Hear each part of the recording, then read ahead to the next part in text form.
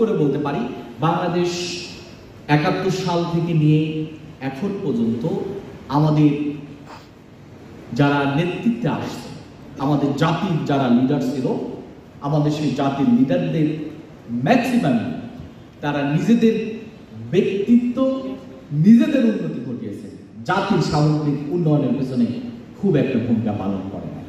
তারা নিজেরা অনেক বড় হয়েছেন, তারা খ্যাতি অর্জন করেছেন, নিজেদের অর্থের পাহাড় করেছেন, কিন্তু জাতিতে পিছিয়ে গেছে সেটা নিয়ে কেউ কোনোদিন কাজ করে না। এজন্য কেউদেরকে বলতে চাই যে আসুন আমরা আমাদের শিক্ষা ব্যবস্থা নিয়ে একটু সচেতন হই।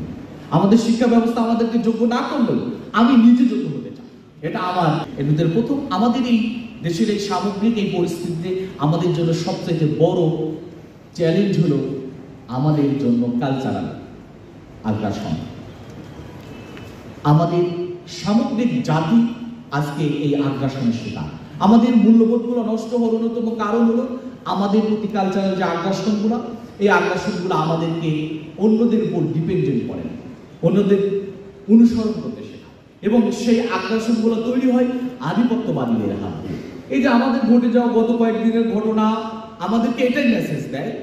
আমরা যদি বলি চট্টগ্রামে ইসকনের যে ঘটনা, অথবা ঢাকার ছাত্রদেরকে দুই পক্ষ বানিয়ে রাজপথে নেমে তাদেরকে নামিয়ে যুদ্ধ বিগ্রহের মতো পরিবেশ সৃষ্টি করে দেওয়া, এটাও হলো আধিপত্যবাদীদের সৃষ্ট একটা পরিস্থিতি যার শিকার হচ্ছে আমরা। কালচারাল আধিপত্য আমাদেরকে যেভাবে ঘিরে রেখেছে, আমরা আমাদের নিজেদেরকে ওন করি না, আমরা অন্যদেরকে ওন করি।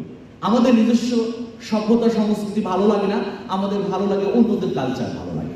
কাজে আমি অনুরোধ করতে চাই যে নবীনদেরকে আমরা আগ্রাসন মোকাবেলায় নিজেদের প্রস্তুত করতে চাই।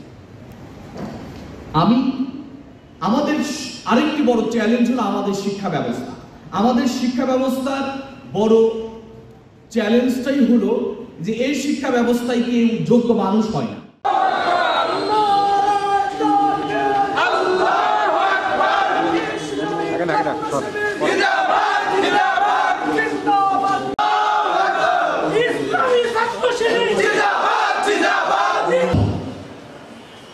আমাদের ছেলেরা যখন দাওয়াত দিয়েছে আমাদেরকে বলেছে যে ওরা একটা ক্যারিয়ার এবং নতুনদের নিয়ে ক্যারিয়ারের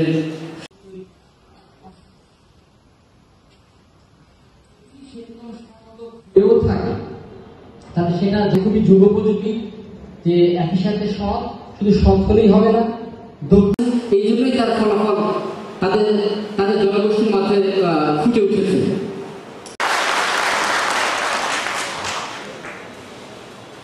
এই সেই টানাল যেখানে জন্ম নিয়েছিলেন শামসুল হক, যে কথাগুলো বলছিলাম সেই কথাগুলো আমি একটু বুঝিয়ে শেষ করার চেষ্টা করব। আমরা যদি আমাদের ভালো মানুষ হতে হবে, যদি সে ভালো মানুষ হয়, তার যদি দক্ষতা কম মানুষ না হয়, তাহলে তার যোগ্যতা যতই আকাশচুম্বী হোক না কেন এবং অকল্যাণই বেশি হবে। উদাহরণটা এরকম বলা, কিছুদিন আগেও মনে হচ্ছে তার চেয়েও খারাপ একটা পজিশনের মধ্যে আমরা অবস্থানের মধ্যে ছিলাম, সেখান থেকে বেরিয়ে আসছি বিদায় এখন আমাদের কাছে এবং আল্লাহর রহমত আমরা বলবো। কিছুদিন আগেও আমরা কেউ কখনো ভাবিনি দেশের অবস্থাটা হঠাৎ করে এরকম একটা পরিবর্তন এসে যাবে। অর্থাৎ এই তরুণরা করতে পারবে না এমন কোনো কাজ নাই, এখন আমরা এইটা অন্তত বিশ্বাস করতে পারতেছি এবং এই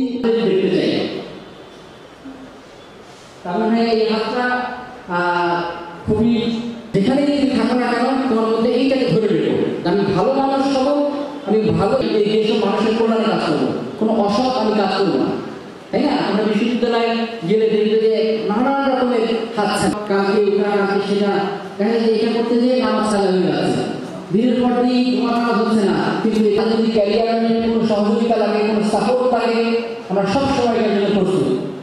ভালো কাজের সাথে আমরা সবসময়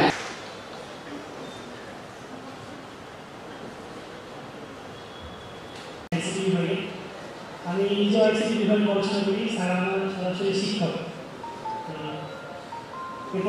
ঘটনা দ্বিতীয় যদি বলি, খুবই শর্ট করে যদি বলি, তাহলে শাপলা চত্বরের দৃশ্যটা আমরা দেখেছি। শাপলা চত্বর আমাদেরকে পীড়া দেয়। মাদ্রাসার নিরীহ মাদ্রাসার স্টুডেন্টদেরকে যেভাবে রাতের অন্ধকারে তাদেরকে হত্যা করা হয়েছে, লাশ সরিয়ে ফেলা হয়েছে। এটা ইতিহাসে এরকম ঘটনা নেই। রাষ্ট্র তার সমস্ত শক্তি প্রয়োগ করে এই ঘটনাগুলো ঘটেছে। ধন্যবাদ জ্ঞাপন করছি মুহতারাম কেন্দ্রীয় সভাপতি জনাব মঞ্জুরুল ইসলাম ভাইকে। এ পর্যায়ে প্রিয় নবাগত ভাই ও বোনেরা, আমরা নবীন শিক্ষার্থীদের বরণ করে নিব।